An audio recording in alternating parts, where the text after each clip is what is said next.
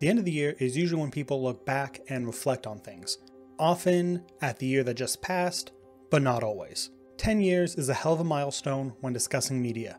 Exciting yet shallow work will be forgotten, and smaller ones will find their audiences. So, because of both of those reasons, I want to go over 2013 films and see how strong the year was as a whole. Let's do this. Now, for this video, I obviously can't cover every film released in a year. I can't do it, internet. I can't do it. Don't make me do it. So instead, I'm going to approach this by breaking it into 3 categories. I'm going to look at major blockbusters of the year, some of my personal favorite indies, and what I'm covering first, the Oscar films. Now, I'm not the biggest fan of the Oscars, but I do think that looking at the Best Picture nominations is a great snapshot of where we were at the time. For example, Crash won for Best Picture in 2006, but as time has gone by, it has been viewed more for what it is, blunt and kind of a tryhard. So, what were the Best Picture nominees from 2013? American Hustle, Captain Phillips, Dallas Buyers Club, Gravity, Nebraska, Philomena, The Wolf of Wall Street, and the winner, 12 Years a Slave. Let's start with our winner. 12 Years a Slave is still a great film. It is also very hard to watch. Brutal both in its physical and emotional torment. But unlike the aforementioned Crash, the message still feels really well delivered and not like a stunt. So on this list, we have a bunch of smaller indie films. Philomena and Nebraska are both charming films. Nebraska especially I appreciate for Will Forte's performance, but neither have had a major impact. We are seeing less and less of these smaller movies lately. They aren't what I would call Oscar bait indies. They are just smaller films made by filmmakers who are just trying to make something character driven. They were both made for about 12 to 13 million, which is a lot for me as a person to think about number-wise. But when you think about film budgets, I feel like now they would have gotten 1 or 2 million to make it max. Really shows you how much the shift in budgets in the industry has taken since then. Dallas Buyers Club was also a big deal indie that didn't have a huge impact, though bigger than the prior two. In part because of Matthew McNugget's story, the rise of the reconnaissance, and really in part because of how it tackled its subject matter. That said, the biggest impact on film has been how now there is a lot more of a discussion on the casting of non-trans people in trans roles. Sadly, at the time, we didn't have many trans actors in the spotlight enough to sell the film, something that the industry really looks for when casting. All that said, I do agree that trans actors should be cast in trans roles. We can't elevate them to star status if we don't give them the roles that can help do so. Also, fuck Jared Leto. Okay, let's just quickly bullet point a few. Wolf of Wall Street still holds up. Gravity pushed technology further, but is not as memorable a film. Captain Phillips is a solid film whose meme outlived the film's legacy. Now we have Her. I talked about it in another video recently, how it is more pertinent now as technology is catching up to it. But what I didn't mention is fashion is also catching up to it. Like seriously, Joaquin got that drip in this movie. Lastly, we have American Hustle, a perfect example of a movie that was a big splash on release, but has faded since then. Now, I'm not saying this movie is bad. I think it's good, despite the director. I'd say it's pretty fun. I just think that people involved made it a much bigger deal. Some of our best and rising actors of the moment were teaming up for this one, some of them reuniting with O. Russell after other strong collaborations. It's made to catch your eye.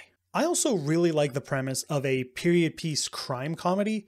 The glitz and glam combined with the laughs make it fun, but it's not the hit we made it on release. So from here, we've got blockbusters. When discussing blockbusters, obviously we need to discuss Marvel. Duh. And I gotta say, it is not their best year. Thor: The Dark World is mid at best. I think the third act action sequence has some fun portal stuff going on, like it's visually interesting, but nothing else from this is what I would really call good. And then we've got Iron Man 3, and it is a divisive one. People seemed to either really love or hate it, and from what I can gather, it depends on how much you like Shane Black as a filmmaker.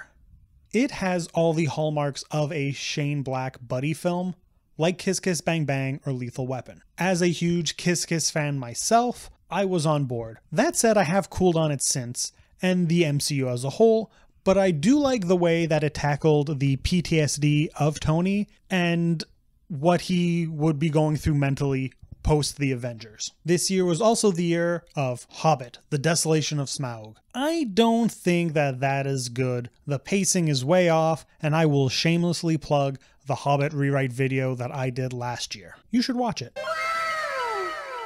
Also out this year was Catching Fire, and it is the best Hunger Games movie from that 4-part trilogy, and I can say that with confidence because I only saw them for the first time this year. No nostalgia, it's just the best one. The top of the box office this year was Frozen, and I can tell you the chokehold that this movie had on people. I worked at a theater at this time, and it was doing like 6 or 7 showings every block. I will never escape those songs. Never.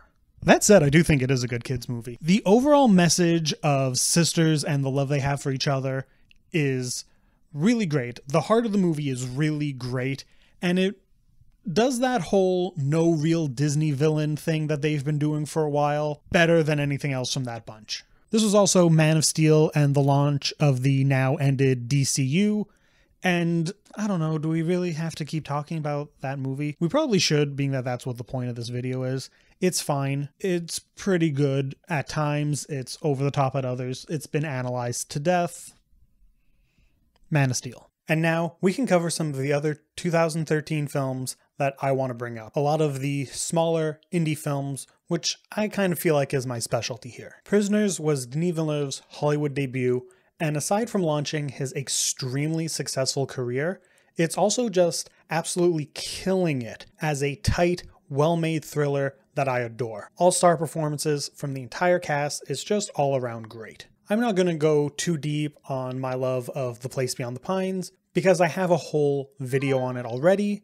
It rules. The movie, not the video. I mean, the video rules too, but that's not what I'm talking about. This was also the year I really got into Steven Soderbergh, a director whose work and style I really admire, with his film Side Effects. It's a really fun thriller that shines a spotlight on the pharmaceutical industry and is definitely worth a watch. I was super into the film Trance by Danny Boyle when it came out, but I've since cooled on it. It is still a lot of fun, and the reflective shots done by the cinematographer are gorgeous, but like American Hustle, I think it's a lot more flash than substance, so it's not as compelling when you revisit it year after year. What is still compelling on a revisit is Snowpiercer. I love when a movie, especially a sci-fi movie, can have so much to say while also being an exciting movie. Bong Joon-ho did this while also giving the movie so much life. It doesn't look or feel like other movies of the time, but it's not completely out there and different as well. It's a nice balance. I could probably keep going on and on like this, but the point I want to make with all of these personal favorites is how important it was that they were made when they were. All of these films were made for somewhere between $15 and $40 million, and like I said with Nebraska and Philomena, that just feels impossible now. It seems that the industry has moved to being so focused on only the biggest projects, the huge IP work, costing hundreds of millions each, leaving everything else in the tiny micro-budget range. These smaller, mid-range movies are becoming more and more rare. It's where people like Denis Villeneuve or even Christopher Nolan really started honing their skills and figured out what they are good at, and we are losing that side of filmmaking. We have a lot of big movies that have bombed this year, and I hope that leads us back to getting more movies like these, because if not, I worry where we will be 10 more years down the road. Okay, now that we've gone over the movies, I think we can finally decide definitively if this is a good year for film with everyone's favorite, math. So we're not actually going to use math to figure out if a year of films was good. Art is too subjective to be able to be accurately defined by a single algorithm, or multiple algorithms even. You can't deal with subjectivity with something as unfeeling as math. You can't judge art that way. It just doesn't work. Haha, joke over. Anyways, I'm sure you can tell if you made it this far, but I feel 2013 is a hell of a year for film. I didn't even scratch the surface on some of these movies that I adore, and there are so many others that I could have mentioned, like Inside Llewellyn Davis, so let me know in the comments if any of these would be worth covering in their own videos. Also, you can let me know what you think of these movies, what I missed, and what you think I should do in terms of covering other years like this. You know, let me know. Was this a video that is worth repeating year after year? I've made a lot of videos this year that I'm proud of, this one included, so if you like it or any other of mine that you've seen and you want to subscribe, please do, because I've got a lot of fun plans for 2024. Thank you so much for watching, and until next year, have a good one.